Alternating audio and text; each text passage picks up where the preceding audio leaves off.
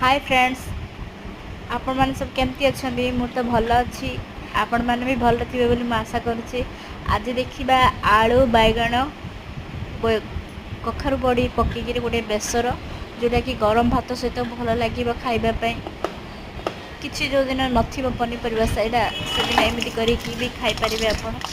तो मु आज मो ही स्टाइल रे मु बनैछि बेसर आलू बैगण बड़ीर बेसर, जोटा कि फर्स्ट बड़ीटा को भाजी काढ़ीदेवे, तापरे टिके पंचफुटण पकेबे, तापरे जो बेसर बाटिकी रखिथिबे पियाज फास्ट पके, पियाज पर बेसरटा जो बाटी रखिथे पकेबे, ताहेरे टिके हल्दी लुण टिके पकेबे, भल से टिके भाजी ହେଇଗଲା ପରେ आलू जो रखिथिबे सेटा पकेदेबे।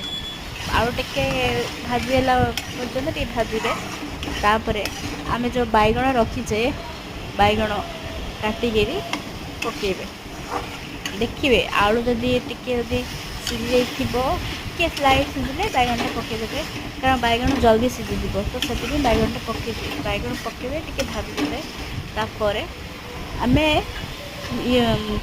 आपन केते पानी माने पानी पकेबे आपन अनुसार आपन पानी पकेदेबे।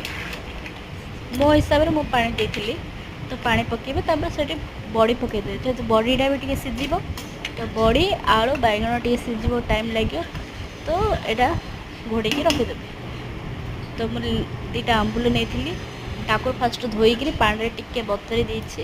तापर डायरेक्ट पकेले भी हम, बट मु एमती टिके करे पानी रे बतरी रखिदिए, तापर तरकारी पकई दिए।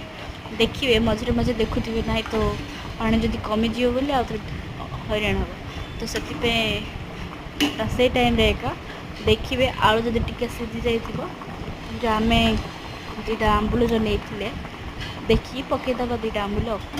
तापरे टिके स्लाइड आंबुल पकेला परे एपट सेपट टे घांटा घांटी करदेबे है। घांटा घांटी होईगला परे टिके टेस्ट अनुसार टिके लुण पकईदेबे।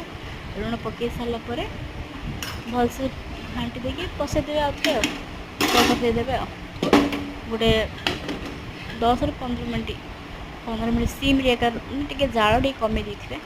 देखो एबे मोर बड़ी आलू बैगणर बेसर रेडी, बहुत टेस्टी, हेल्दी भी।